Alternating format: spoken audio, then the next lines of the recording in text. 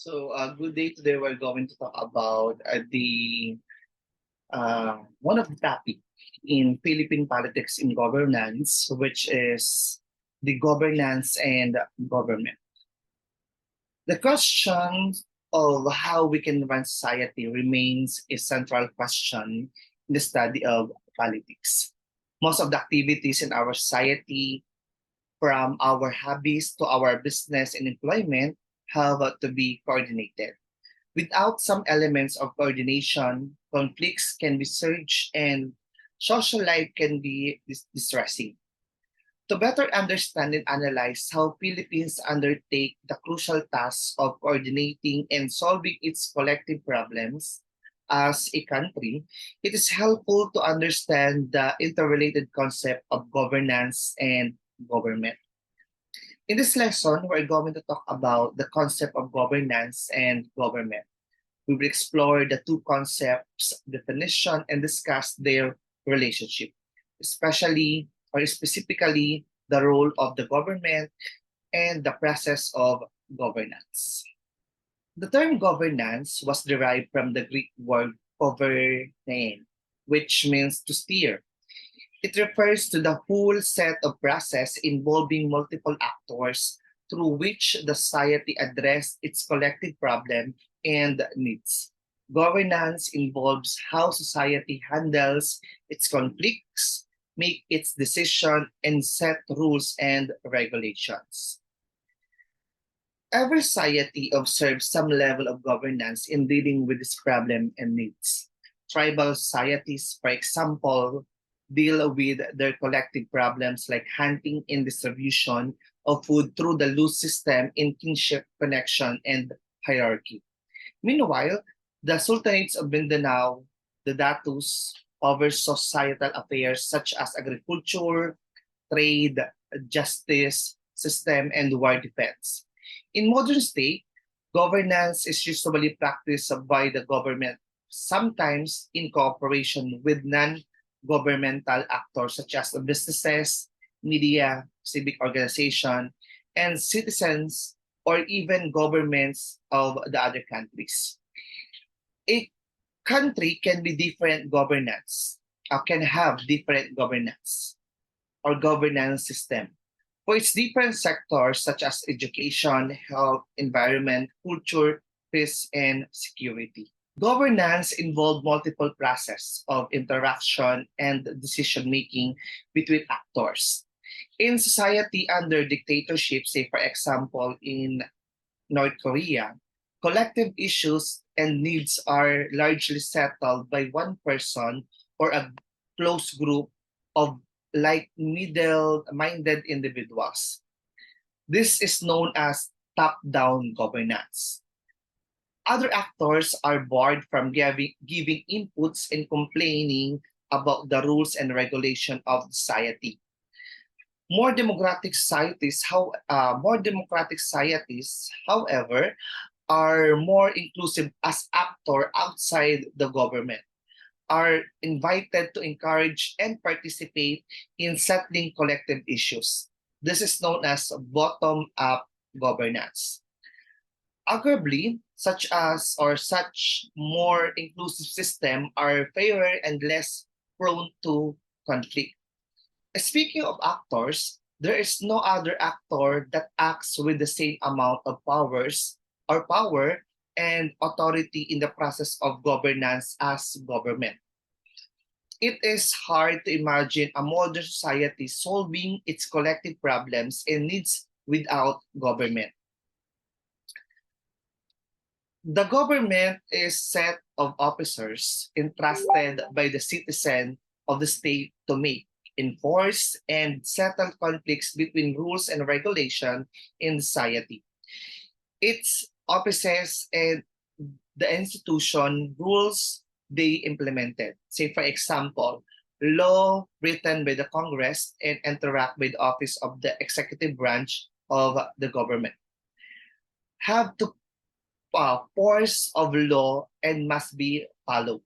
This stem from the ideal that the society to be harmonious. The citizen vest their sovereignty to the governing body whom they trust to rule over them. State all over the world follow different forms of structure of government. In the Philippines, the government is presidential in form. The government office are divided into three branches with separate powers: the executive, the legislative, and the judiciary branches. The executive branch, headed by the president, implements the law of the land.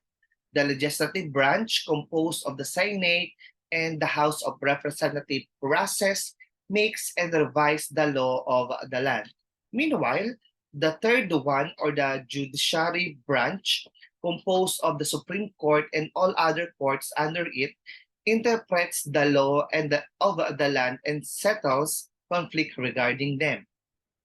In terms of structure, the Philippine government is unitary.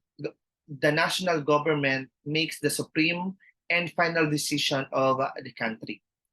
The local governments are created only in aid of national government.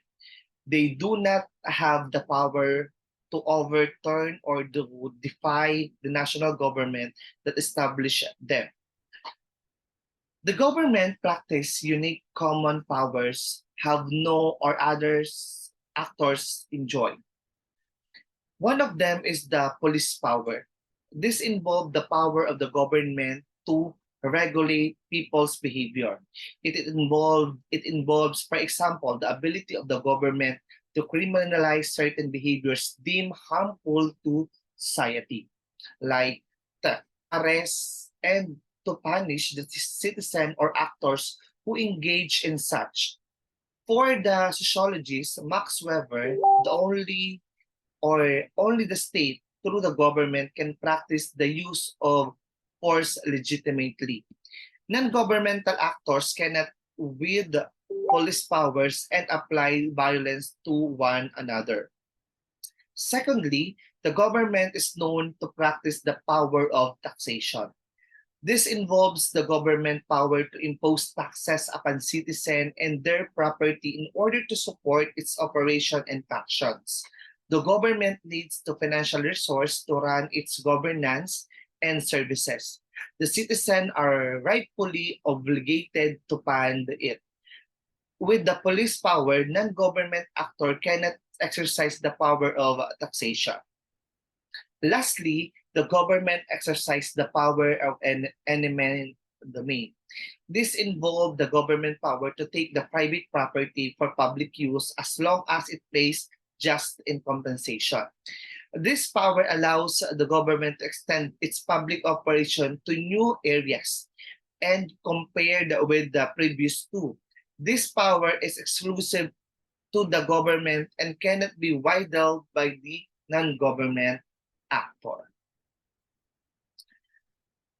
Whenever our society faces major dilemmas and conflict in governance, the government is usually the central and most important actor. Owing to its unique nature, it embodies the sovereignty in the land. Its goal, or the creation of stable societal rules and regulation and powers like taxation. Aside from this, there are other reasons why government usually leads and take charge of the government process. The government is one of the social actors with the mandate to protect and promote the welfare of every citizen in the society. Compared to other government's actor like industry and interest groups, which push to their narrow interests, the government is only actor that has the duty to impartial and severe every citizen in the society. Say, for example, this is demonstrated whenever the government would intervene in the economy to protect buyers from scammer, uphold labor rights, and save dying businesses. When it comes to health, governance, and government is there to make sure that all the drugs are safe, regulate the practice of medicine, and provide health care to the poor. The court are always open whenever we feel our rights are violated during collective activities. In many our interaction, the government is expected to step in and protect citizens' rights. Additionally, government is expected to make sure that the national interest or the interest of the whole society is advocated during the governance process. It also has the mandate to stand by our society's collective interests like protecting the national territory, upholding sovereignty, and securing the national development, preserving national culture, and last is achieving social justice. Similarly, these collective goals may not be in the mind of other governance actors whenever they try to influence the governance in the society. So to wrap up our discussion, when we talk about governance, it refers to the whole set of process involving multiple actors and the rules through which society address its collective problem and needs. It's involved the way society handle its conflicts, make its decision, and set rules and regulation. When we talk about government, this is a set of police offices. This is a set of offices entrusted by the citizen of the state to make enforce and settle conflicts involving the rules and regulation of society. In the Philippines, the government is presidential in form and unitary in structure. The common powers of the government include police power, power of taxation, and power of eminent domain. The government is the central actor in the governance processes, not only because of its unique nature, goal, and power, but also because of its mandate promoting and protecting the citizen welfare and forwarding the national interests.